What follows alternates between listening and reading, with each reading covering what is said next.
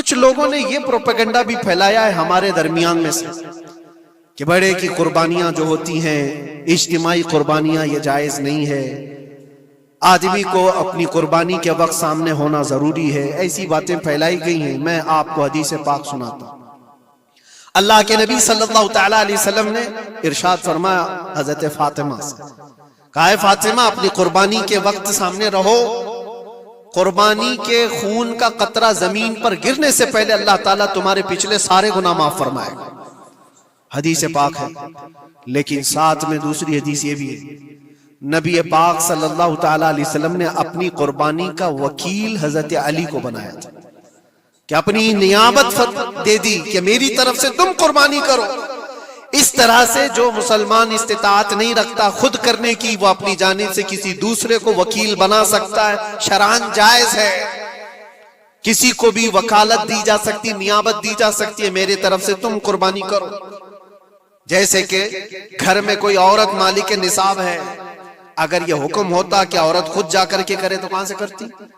عورت کسی کو وکیل بنا سکتی ہے، اپنے شوہر کو کہہ دی یا کسی کو دے دیا پیسے کہ میری جانب سے تم قربانی کرو، یہ جائز ہے بالکل۔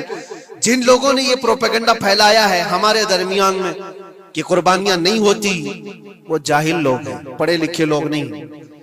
شرعی مسائل کو جانے بغیر اس طرح کی باتیں عوام الناس میں، عوام المسلمین میں پھیلانا یہ گناہ ہے۔ ہاں اس بات کو یاد رکھیں، جو وکیل ہے قربانی کا اس کے اوپر ذمہ داری ہے کہ وہ جتنے لوگوں کی قربانی کر رہا ہے جانور شریعت کے مطابق کا لے، عیبدار جانور کی قربانی نہ کرے، لاغر ہو، کمزور ہو، سینگ ٹوٹا ہوا ہو، کان کٹا ہوا ہو، پیر کٹا ہوا ہو، دم کٹی ہوئی ہو، یا اتنا کمزور کہ چل نہیں سکتا، کھڑا نہیں ہو سکتا، ایسا عیبدار جانور نہ لے۔ یہ وکیل کی ذمہ داری ہے جو سب کی طرف سے قربانی کر رہا ہے۔ اور دوسری چیز، عیب کس کو کہتے ہیں؟ عیب کس کو؟ کان میں اگر سوراخ ہے تو وہ مکروہ ہے لیکن قربانی ہے اس کی۔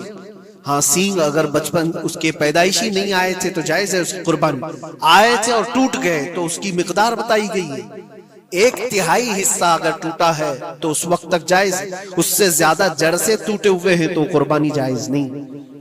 کوئی پیر پورا کٹا ہوا ہے، دم پوری کٹی ہوئی، یہ عیب میں آتا ہے۔ عیب دار جانور کی قربانی جائز نہیں، یہ وکیل کرے گا، نہیں کرے گا تو وہ گنہگار ہے۔ لیکن اس کا مطلب یہ نہیں ہوتا کہ اجتماعی قربانی جائز ہی نہیں، جائز ہی نہیں۔ ایسی باتیں کیوں پھیلائی جاتی ہیں؟ حدیث پاک میں ملتا ہے کہ نیابت اور دوسرے کو وکالت دینا جائز ہے۔ اب کچھ لوگ یہ بھی پھیلاتے ہیں کہ قربانی کے جو حصے لیے جاتے ہیں، گوشت دیا جائے تو اس کی قیمت الگ ہوتی ہے، گوشت نہ لو تو اس کی قیمت الگ ہوتی ہے، سب پھیلی ہوئی چیزیں ہیں۔ اس کا ریزن بھی پتہ کرنا چاہیے، ایسی بغیر علم کے بات کرنے سے۔ 4000 5000 روپے کا ایک حصہ آتا ہے اگر شہر میں کوئی بڑا جانور ذبح کرے، کیونکہ مہنگا ملتا ہے بیل، اور باہر جب جا کر کے کوئی ذبح کر رہا ہے تو وہی ایک حصہ 1500 روپے میں 2000 میں ہو جاتا ہے۔ تو کچھ لوگوں کو یہ غلط فہمی پھیلائی جاتی ہے کہ یہ لوگ کرتے ہی نہیں ہیں اور ایسے ہی پیسے وصولتے ہیں، ایسا نہیں۔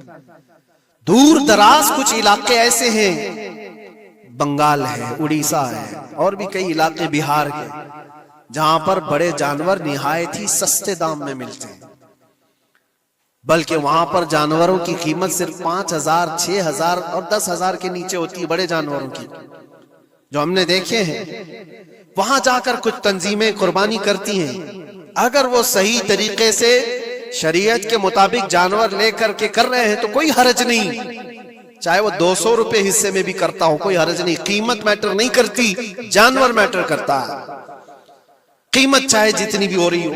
اس چیز کو آج وضاحت کرنا ضروری تھا، اس لیے میں نے آپ کے سامنے بیان کیا۔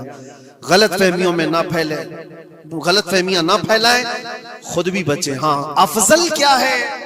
افضل تو یہ ہے کہ اللہ نے تم پر واجب کیا، تم جاؤ اپنے ہاتھ سے کرو، تم جاؤ، کیونکہ حدیث پاک میں ملتا ہے کہ تم اپنے ہاتھ سے قربانی کرو اگر طاقت رکھتے ہو، اس کے خون کا قطرہ گرنے سے پہلے تمہارے پچھلے سارے گناہ اللہ معاف فرمائے۔